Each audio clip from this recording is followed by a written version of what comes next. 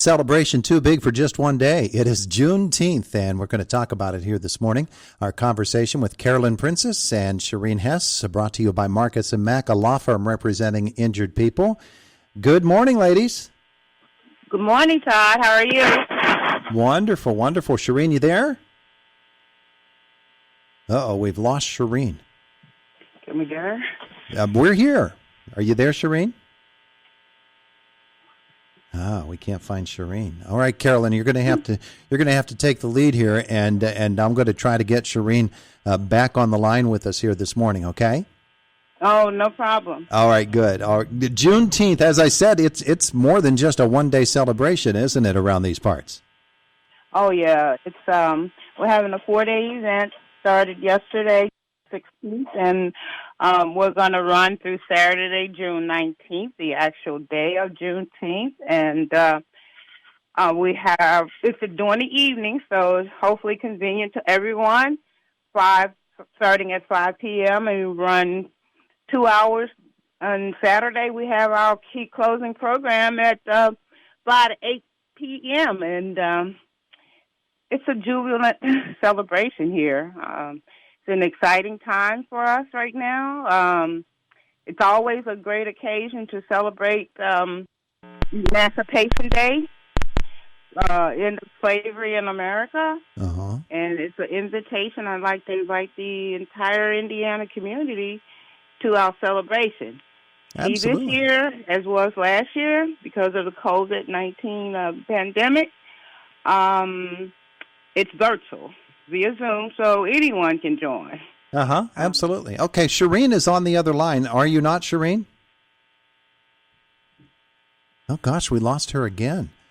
Carolyn, what are you doing to Sherene? Are you pushing Sherene aside here, Carolyn? I'm just kidding. I can't control that. I can control you, but I cannot control that phone call. So last night was the first of the 3 nights, right? Or of the 4 nights? Last night was the first of the 4 nights. Mm-hmm. It went from 5 to 7 p.m., and it was a great occasion. Yeah. And we asked folks to submit clips of their participation, and we actually had someone who did it, and I was amazed to find that their family was just enjoying it. Oh, yeah. Well, that's terrific news. Now, exactly what happens tonight? Who are we going to hear from? Tonight, we're going to focus on the theme for the celebration this year is honoring the past, fostering the future. So we began with the history of Juneteenth last night, and tonight we're going to focus on people of African ancestry. We have African women speak out. There's 2 African women, and they are going to talk about how we find a way out of no way.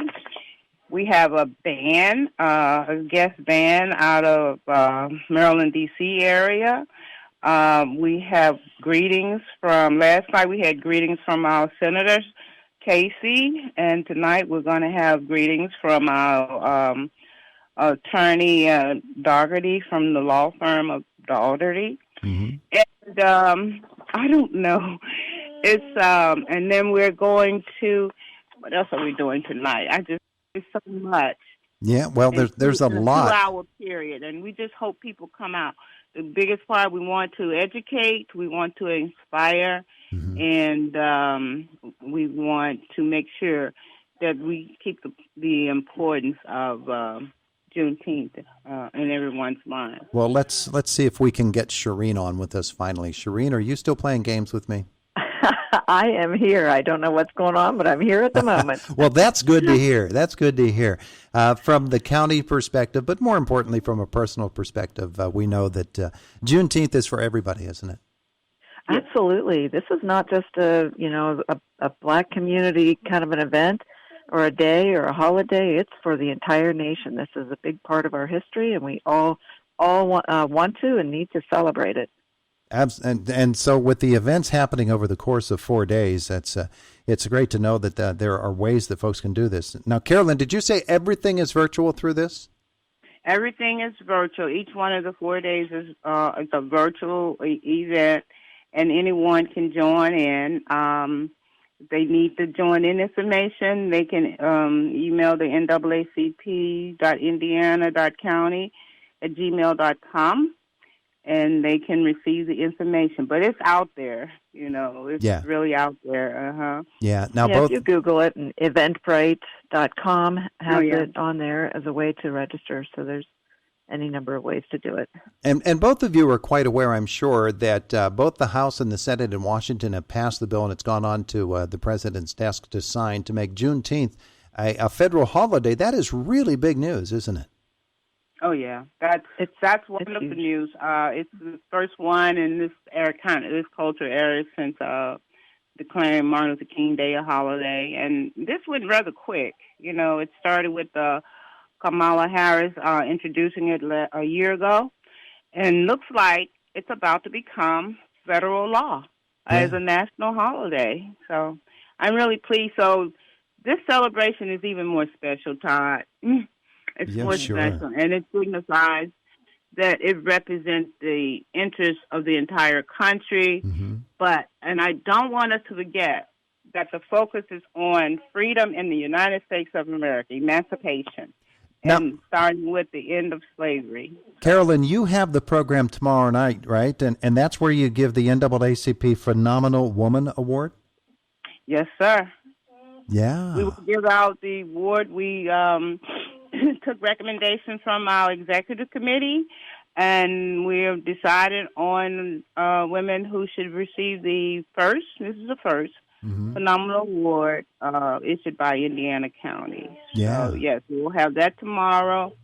We will have a great DJ, and tomorrow our focus is on how to finding a way forward.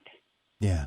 Hey, Sherene, of course, with Juneteenth being such a big deal now nationally, it certainly is locally as well, and I know the county's paying attention. Oh, yes, for sure.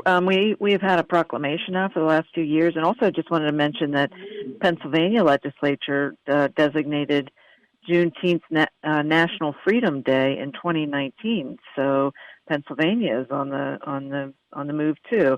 But yeah, at the county level, we are, proclamation is just the beginning. We continue to work on the important task of improving diversity and hiring and program access and all of the things that county government, all the programs that we deliver and all the services. We're working hard to get that diversity and be very mindful of how what we do at a county level is really a model for what can happen through the rest of the county and our region. And that's a good point that you make there, that it's not just, and Carolyn, you can weigh on to this as well, it's not just a celebration in honor of an event from the past. It really is a call to action for the present, isn't it? And definitely. That's what the Indiana NAACP is focusing on as we try to bring about equity and justice among all the people. And now we are the time for us to look at action to make this a reality. And that's what Juneteenth is about. So not only do we focus on what happened, we focus on what we need to do now. All right. To bring about equity and diversity among our people. And not only just for, commercializing Juneteenth, but also for people to understand our way forward is looking at our past, but look at where we are now and how we can go forward. So that's what we're doing. That's what we're trying to do, Todd. And I think Indiana has been most gracious to us, and I hope they will continue to join in the participation. It's a great jubilant time. Yeah, we only I'm have very excited, Todd. I'm sorry, I am so excited. And with the passing of the Juneteenth as a federal holiday, this year it makes it even more special. Absolutely. All right, so we only have a couple of moments left, but I don't want to neglect what's going to be happening on Saturday, because from 5 to 8 p.m. it's a very, very special night. And tell folks briefly what is going to go on and how they can actually join in the dinner. Okay, Saturday we're having, first of all, we're having what we call a Soultown Dinner. and they register on Eventbrite. They'll get a ticket, and they can pick up a dinner. And then all the information as to where to pick it up is on the announcement, but it's typically at Victory Christian Church from 1 to 4 p.m. And our keynote, I am so excited, our keynote will be presented by one of the vice presidents from the National Urban League, and she's going to talk about restoring community trust and redefining some guidelines as to how we can move forward. Mm-hmm. It's I don't know, Todd. It's a wonderful time for us to be doing this, and we're looking for action now. And the Urban League has defined 21 steps to doing that, and they put it out there, and that's what the keynote is going to talk about.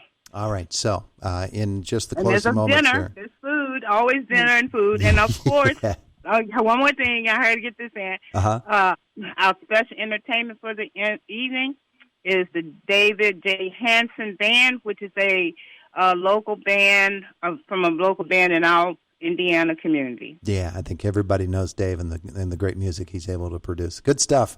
Good stuff. All right, one more time, tell folks how they can take part in these Juneteenth celebrations.